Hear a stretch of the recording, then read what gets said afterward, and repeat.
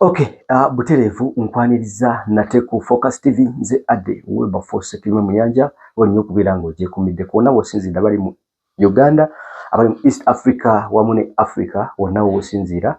Thank you so much. Atandika kusubscribinga tulenga tutambula mu nsi yattu Uganda nga tumanya buli kimu ekiba kigenda mu maaso mu nsi eno era nga tukitegeera bulungi. Onakola leero mmere genkuleetedde gega General Muhoozi Kainerugaba ono ye CDF ow'eggwanga lyattu Uganda oba ow'eggye ly'eggwanga lyattu Uganda mutabani wa Museveni Kaguta Tibuhaburwa Yoweri afuddeyo oboolyawo yavaayo lumu n'akola tweet ezadde ebizibu.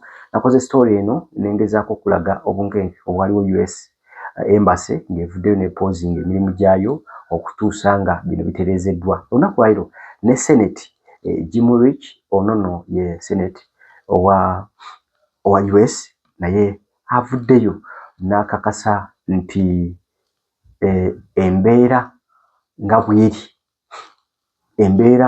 nga bw'etambula tannaba kubeera mumativu era sibeteefuteefu okulaba nga ssaawa zino basonyiwa General Muhoozi kuba yavaayo n'atweetinga. Mujjukire General Muhoozi ono akozesa nnyo tweets oba X account ye okulaba nga communicatingirako wabula era avaayo ne yeetonda n'agamba nti yali afeedingibwa information enkyamu naye n'avaayo n'akyetondera okulaba nti eggwanga lyattu Uganda teribeera mu matigga.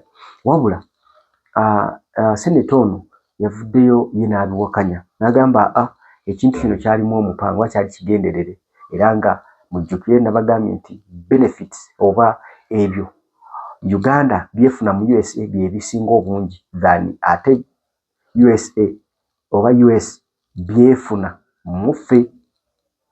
United States bibafuna muffe Uganda bitono okusinga ate bo bibatuwa wano mu ggwanga lyattu Uganda. Katulabe story eno namawulire wange yabadde agikola katugirabe then tukomewo.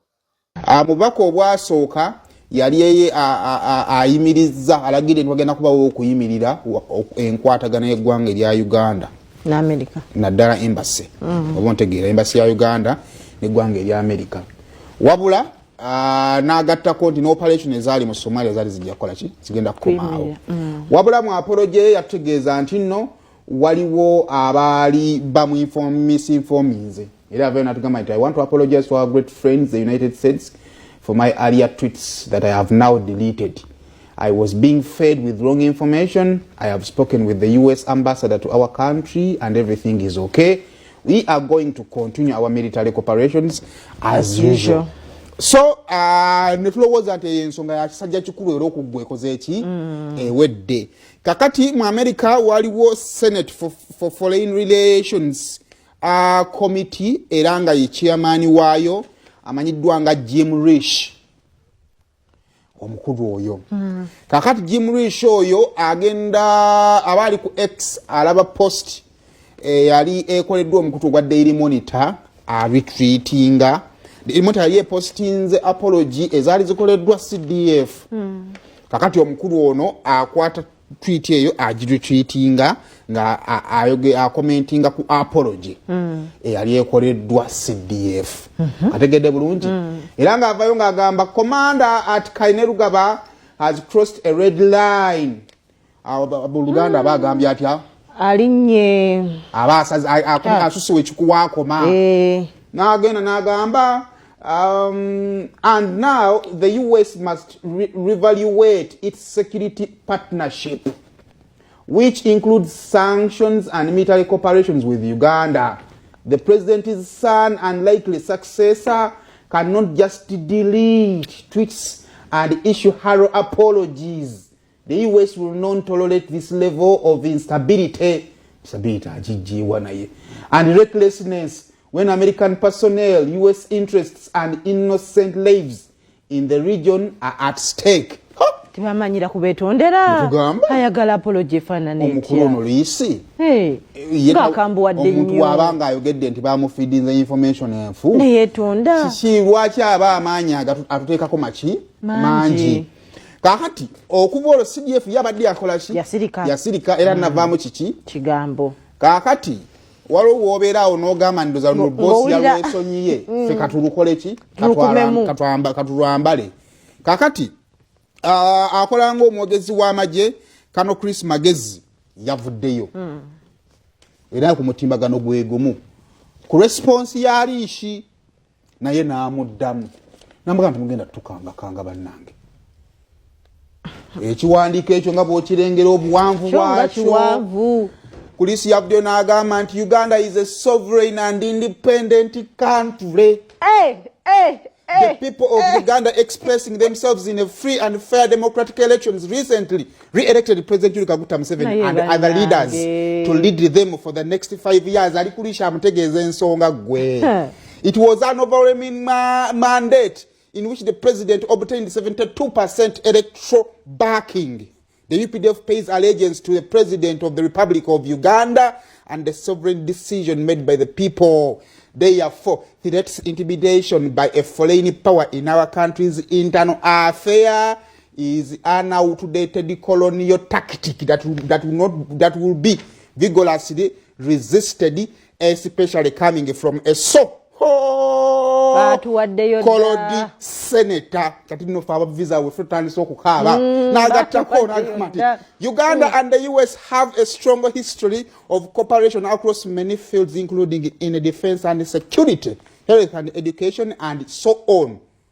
The beneficial relationship between our countries will not change because of a one word and lose canon senator. Tudanywa ku mazzi Kulisi ju nga togenda kwembase ku machagalero kulisi ju ebuzengako naffe watulyokke nebyo mukwandika kubaga fabe mutundayo kulisi ju nga tokera kwembase kulisi ju so embera bweto bweri ayinza kyusa kulisi yagambye bosi obagwe bakulemye okuddamu bampe mbekwatiremu nalete enku nasesa katono abagambe awandike ekigambo de mother mu Luganda. Mewulire geego agali mu ggwanga lyattu Uganda n'ebiro byonna embererezi yava oboolyawo ku kubulawo oba ku kubula okwa Robert Kyagulanyi Ssentamu okuba nga takyalabikako, okuba nga tali mu makaage, okuba nga ali mu kwekweka omulundi guno ogw'okuva twetatandika ne twava mu kalulu nga 15 January nakusomeza 2 kitegeeza nti tugenda mu nnaku almost 13 nga tali makaage era nga aliira ku nsiko. Kino nno ng'abakulembera abatwala eddembe human rights bakiteekako nnyo essira kyovala bantu n'ensi eziri mu international community zivuddeyo okulaba nga zikiteekako nnyo essira ery'amaanyi kubanga the condemnant nga Robert Kyagulanyi Ssentamu eyali avuganya ennyo yataddimu okuvuganya okw'amaanyi ennyo mu kalulu akaggwa okubeera nga talina ddembe lye ng'omuntu kiyinza kubeera nga kitegeeza nti eggwanga liba teriri bitebenkevu nga bwe kirina kubeera. Naye waliwo ne propaganda gwe tuyinza okulowoozaako abadde atambula naddala nga batulaga nti tebamwetaaga. Baminisita bavudde bagamba tebamwetaaga tebamwetaaza nga Robert Kyagulanyi Ssentamu so ng'ate era n'omukyala n'avaayo n'akukakasa nti ddala kituufu yalumbibwa. Jeromozi yennyini n'ateekayo mu butu gwe n'akakasa nti ddala baasalako omukyalo oyo era n'ebifaananyi n'akita. So byonna biri mu ggwanga lyattu Uganda. Ngezaako kuwa information gye neekakasa nti ebeerako obujulizi era ebeerako ekakasiddwa weeva. Nze Ade Wilberforce Kilo Munyanja tuyinza kuba tusukka wano olunaku olwaleero tusinkane nate mu vidiyo ezijja maaso eyo. Nze Ade tujja sinkana nate n'abantu abalala ab'enjawulo be tuba tukyaliza ku mukutu guno nga twogerako ebyo ebigenda mu maaso mu ggwanga lyattu Uganda. Otherwise nkujjukiza bagala baffe aba Focus Event Services bagamba nti beeyune bakuteekerekerekera omukolo ogwo bakuwe service ennungi ez'omukolo z'osobola okubeera nga naawe oganyirwamu. Waliwo ne bagala baffe aba Focus Farms and Chicken Supply bano nno bakuguka mu kulunda nkoko za nnyama era bagamba nti beeyune bakufunire enkoko ez'oluliro ennungi ddala obeere nga naawe ofuuka oba ofunamu mulimu guno ogw'okulunda. Otherwise nze Ade Wilberforce Kilo Munyanja tusikane mu vidiyo ezijja mu maaso awo for now.